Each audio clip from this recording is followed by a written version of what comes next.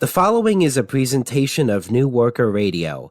The views and opinions expressed therein do not necessarily represent those of WZML, its staff, or management.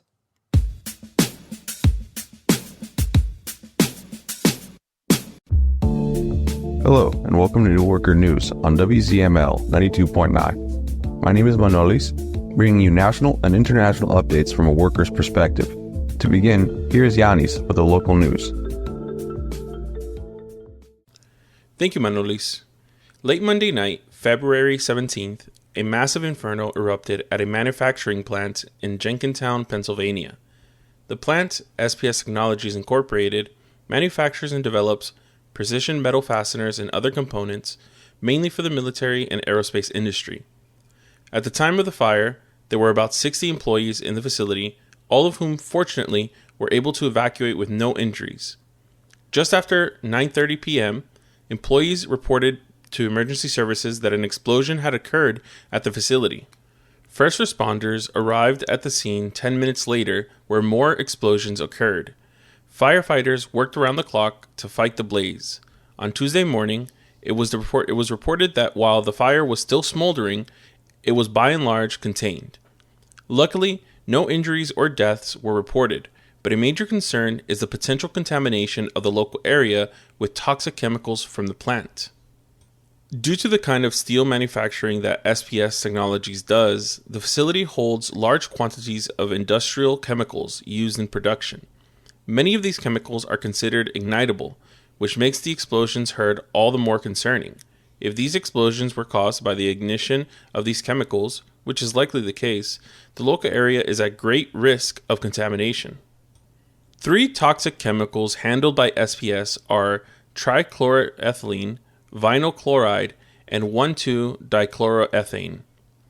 The first, trichloroethylene, is an industrial solvent used for degreasing metal parts, and while it is non-flammable, there is a risk of this leaking into the surrounding area. According to the EPA, this chemical is known to cause cancer, neurological effects, birth defects, and other reproductive issues, especially in men. The second chemical, vinyl chloride, is a man-made gas used in the production of certain plastics. Unlike trichloroethylene, vinyl chloride is extremely flammable and is all around a reactive and toxic chemical. It is a known carcinogen which can cause several kinds of cancer, including brain and liver cancer. Additionally, high exposure levels can be fatal, while lower levels can cause dizziness, headaches, and central nervous system depression. Unsurprisingly, SPS Technologies has a history of environmental regulation violations.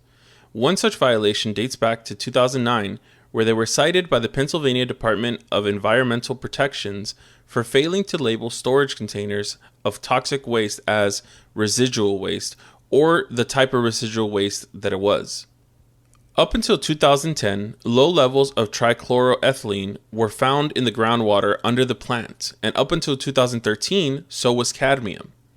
While none of the levels exceeded the safe limits instituted by the EPA, they nevertheless demonstrate SPS's failure to eliminate industrial runoff. More recently, in 2023, once again, SPS was cited for failing to properly label a container of toxic waste. In the same year, they reached an agreement with the Environmental Protection Agency to pay $109,805 for several environmental violations. The violations included storing chemicals without a permit, failure to maintain an adequate contingency plan, for example, an evacuation plan, and failure to keep containers of hazardous waste closed. Inspectors reported seeing 3 different 55-gallon drums labeled as acid bath filters, cadmium fluorate, cyanide bath filters, and toxic, all without lids secured to the top. One drum was even fitted with an open funnel. Can this settlement be considered anything other than a slap on the wrist when SPS reported $1.5 billion in revenue? These are not simple infractions, nor can they be considered a one-time lapse in judgment, but instead are indicative of the habitual endangerment of workers for the sake of maximizing profits. With punishments like this, it's unsurprising that the health of workers and the surrounding community continues to be put in jeopardy for the profits of SPS. The area surrounding the plant is a mix of commercial and residential areas, with some parks and creeks as well. Right next to the plant is Hollowell Park, named after the founder of SPS Technologies.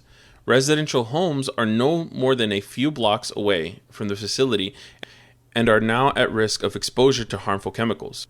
According to a Philadelphia city statement, the health department has dispatched inspectors to the area to collect air samples, to assess air quality and the potential for any threats, but it notes that no specific hazardous substances have been identified. A voluntary evacuation order has been issued for the Jenkentown borough to the west of the plant, up to 0.3 miles away. Additionally, a shelter-in-place order has been issued for the area in a 1-mile radius of the facility. This is due to the smoke and particulates from the fire continuing to filter through the area. The question of why not evacuate the entire area remains unanswered. The cause of the fire is still unknown, but an investigation will likely begin once the fire is completely extinguished. There are still many unanswered questions that a proper investigation must answer. Was there any negligence on the part of the company? Could this have been avoided? How much danger have the workers and people been exposed to? Among many other important questions. The capitalists in their state like to treat incidents like this as simple tragedies and go one of two ways to sweep them under the rug. Either they label them as unavoidable freak accidents or place the blame on this or that bad individual. But this is only an attempt to hide the root cause, namely capitalism. It may even be true that an individual person shares culpability, but the capitalist system is the precondition that makes these events an inevitability. If SPS is found culpable in this fire, we must not allow them to get away with yet another slap on the wrist. We must fight and demand that those responsible not only be held to account, but that anyone affected by their negligence be compensated and taken care of. We have seen this story play out in other parts of the country. Large swaths of East Palestine have been made uninhabitable and thousands made sick from toxic chemical contamination, all due to the profit-seeking corner-cutting of Norfolk Southern. And what justice did the people get in that case? A cash settlement that amounts to $24,000 per person, conditioned on several factors such that many won't even receive this much. A one-time cash payment that would not even cover the cost of the chemotherapy needed to treat the cancer caused by the deplorable actions of a billion-dollar company is not justice. If we do not organize to fight against this, these disasters will continue to occur and their culprits will continue to go unpunished. I now turn it over to Manolis for national and international news. We'll be right back with more of New Worker News here on 92.9 FM WZML. But I want to remind you that every day throughout this country, workers are subjected to injustices and humiliation at the hands of the capitalists, from unpaid wages to mass layoffs. So we at New Worker understand the tyranny that the workplace is for workers. This is why we fight to expose these injustices. Only through militant organization of the working class can we stand toe-to-toe against the bosses. So this is why we want to hear from you, the listener. Are you having issues at work? Bosses cutting your hours or wages? Are you or your fellow workers' safety being thrown out of the window in the name of ever-increasing profit? Well, you are not alone. So reach out to us to tell your story. You can anonymously send an email or even a voice memo to cwpusa@protonmail.com. Again, that is cwpusa@protonmail.com. And check us out online at newworker.us. And now back to New Worker Radio, only here on 92.9 FM WZML. Many tears are currently being shed over the Trump administration's attacks against USAID. However, recently disclosed files show that there is no reason for these tears to be shed. The disclosed files, which are from the U.S. Embassy in Venezuela, indicate that the far-right Venezuelan opposition figure and fugitive from justice, Carlos Vecchio, received $116 million through USAID. Vecchio was appointed ambassador to the United States during the sham interim government orchestrated by former congressman and self-proclaimed president Juan Guaidó. According to the disclosed files, the funds were approved by Mark Green, who has served as USAID Director since 2017. These funds were supposedly intended to be for development aid for Venezuelans living in Venezuela, and were distributed to them through various NGOs. However, there was a lack of transparency in the management of these funds, and they were embezzled. It later emerged that these NGOs were linked to other Venezuelan politicians and their relatives who live abroad without working. According to the leaked files, in 2019, USAID signed an agreement with Guaido's interim government to provide $98 million in humanitarian aid. Vecchio was present at the signing of that agreement in his capacity as ambassador in Washington. This historic agreement demonstrates the United States' support for Venezuela in transition, Vecchio said. There is no doubt about that. The importance of Venezuela to the United States, to Venezuelans, and to the hemisphere, he finished. Another file shows a second event attended by Vecchio, this time with opposition activist and fellow refugee Julio Borges. Both received a total of $56 million from Mark Green with the stated goal of restoring democracy. It was announced that the Federal Bureau of Investigation, the FBI, is investigating Guaido for corruption and embezzlement of funds intended for alleged humanitarian aid in Venezuela. The FBI is trying to determine the whereabouts of about $1 billion managed under this pretext between 2018 and 2020, that is, during the Trump administration, and provided by USAID. According to journalistic sources and media reports, only 2% of this amount has been properly used. Guaido's close associates under investigation include Vecchio and Carlos Mendez, who is linked to the Miami-based television station EVTV, as well as Guaido's former chief of staff, Roberto Marrero, and his funds manager during the interim government. Guaido's self-proclamation as interim president took place in January 2019. From that moment on, he and his cabinet managed millions in resources, supposedly to alleviate the humanitarian crisis in Venezuela, which in reality was caused by the economic war waged by the United States and the European Union. A few days ago, the vice president of the United Socialist Party of Venezuela, PSUV, Diosdado Cabello, revealed that the U.S. government is investigating corruption related to funds for humanitarian aid during Guaido's interim government. He added that the investigations are directly aimed at Guaido, Leopoldo Lopez, Julio Borges, Freddy Guevara, Miguel Pizarro, David Smolensky, and Vecchio, among others. In the late January of this year, the Trump administration froze almost all foreign assistance funds for 90 days, including those provided by USAID. Billionaire Elon Musk, who heads the Trump administration's Office of Government Efficiency, posted on his social media that there was a, quote, incredible level of waste and corruption, end quote, in the government and at USAID, among others. USAID, he said, is a criminal organization. It's time for it to die, Musk said. Anyone who thinks that Donald Trump will completely eliminate the role of USAID is on the wrong track. The agency, in its current form, has been dominated by the Biden people. They have to go, and then USAID will be resurrected, or its role will be taken over by another institution. For the time being, it seems that the State Department is planning to control the same or a similar organization, as until now, USAID was funded and supervised by the U.S. Congress as a so-called independent agency. The coup machine is not dead, it's just being overhauled. This attack by the new Trump administration on the alleged state aid organization USAID is stirring up a lot of dust. What was no secret has now become visible. USAID, together with the foundation of billionaires George Soros, is invested all over the world in order to manipulate media, the public, and states in the interests of the United States. It is an arm of U.S. imperialism. Trump himself, who is now closing the foul organization, used it in his first term. One of the main areas of activity in recent years has been Ukraine, where hundreds of billions of dollars are said to have flowed since 2014 from USAID. It has now been revealed that 9 out of 10 Ukrainian media outlets are dependent on USAID, and some smaller ones have already had to close after USAID was stopped.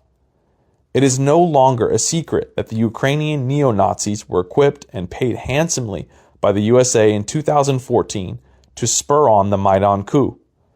It has also been revealed that the entire Russian and Belarusian exile press is financed by USAID. So-called exile governments, such as that of the Belarusian wannabe president Svyatlana, who is abroad, are financed in the same way as mainstream media in the USA and Europe. For example, it has been revealed that the newspaper Politico, owned by the German Springer publishing house, was provided with a lot of money by allocating special subscriptions to government agencies for 10,000 euros each. In Venezuela, Iran, Syria, Jordan, Ethiopia, Yemen, Somalia, Afghanistan, and everywhere else in the world where the United States is involved, USAID played a role in regime change operations directed by the CIA under the guise of a humanitarian organization. Of course, development aid was also provided through USAID, which was ultimately the cover for covert operations. All of those who now pretend to be the sycophants for USAID's actions in the past defended one by one the dark scenarios in which it offered its services, with the latest example being the prevalence of jihadists in Syria. In other international news, we see how Trump's plans for a Riviera in the Middle East continue with the support of the Netanyahu government in Israel. Even before the second phase of the ceasefire in the Gaza Strip can be seriously negotiated, Israeli Prime Minister Benjamin Netanyahu has made it clear that he is following Donald Trump's ideas for the future of the coastal strip. He said, "As I have committed myself, the day after the war in Gaza, there will be neither Hamas nor the Palestinian Authority."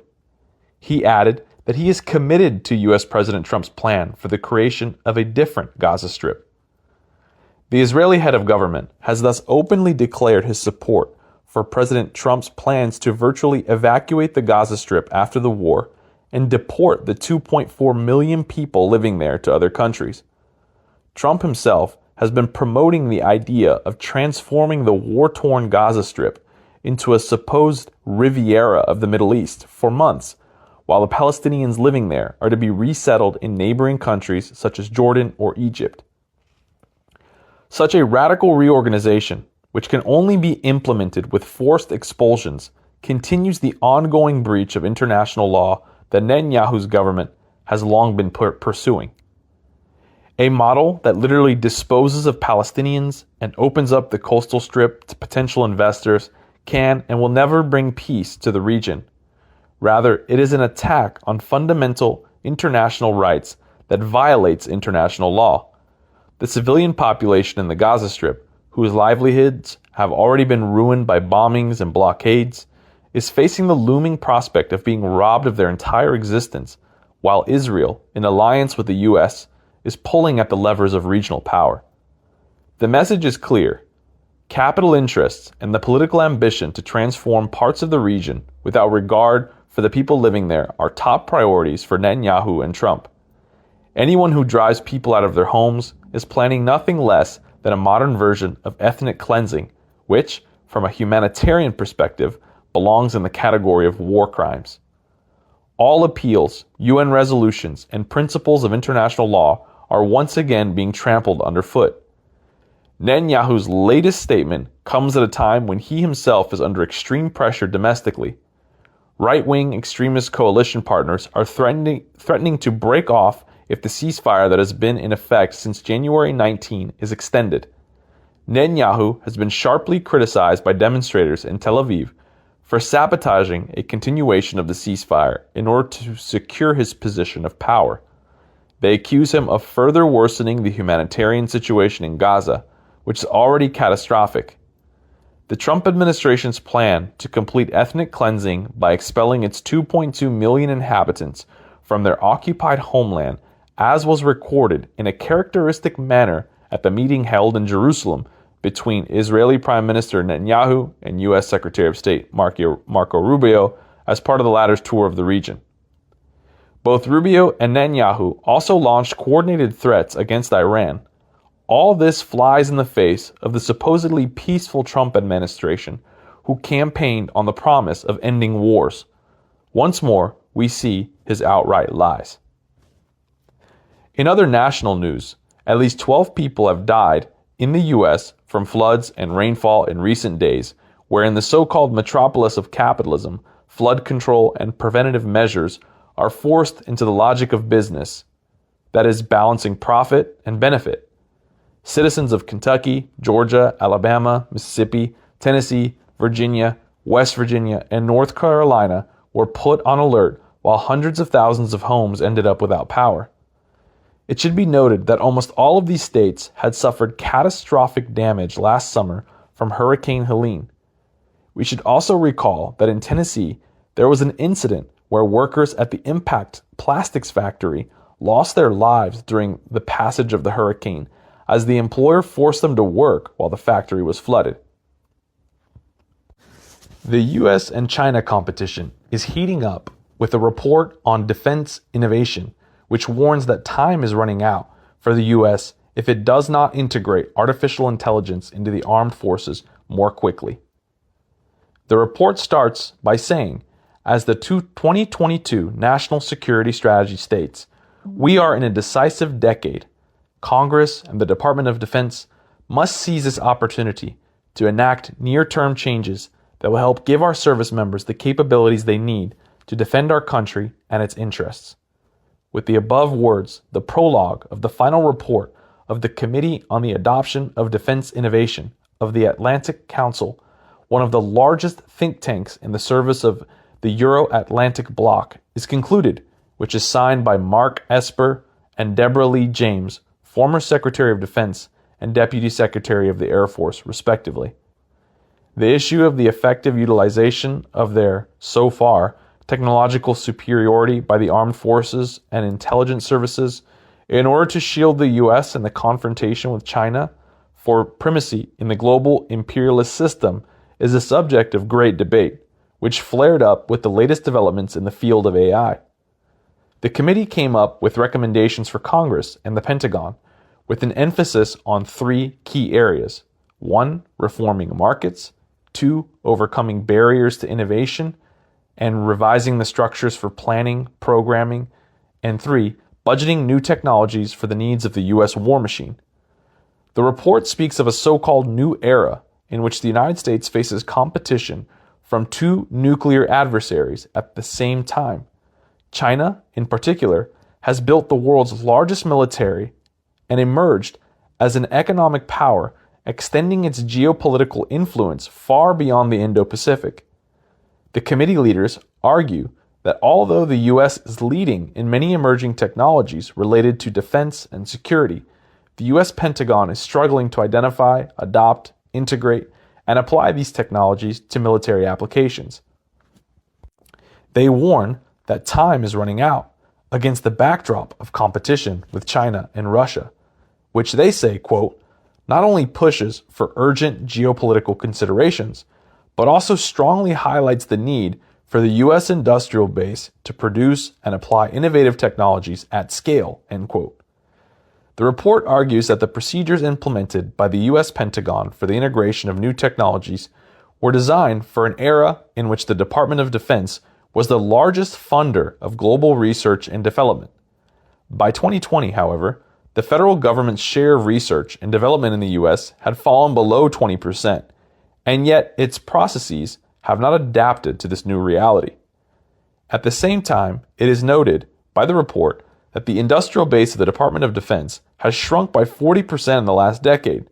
Many startups, commercial and international companies are unable or unwilling to enter the ecosystem of the U.S. Department of Defense, that is, the U.S. military industry. In the report, it also states that the Department of Defense struggles to effectively leverage critical emerging technologies such as biotechnology, AI, and quantum computing due to a lack of understanding of their contemporary applications by those who create requirements and write requests for proposals. They say that as these technologies mature, the Department of Defense is called upon to have meaningful conversations about how to adopt, leverage, and defend against these technologies.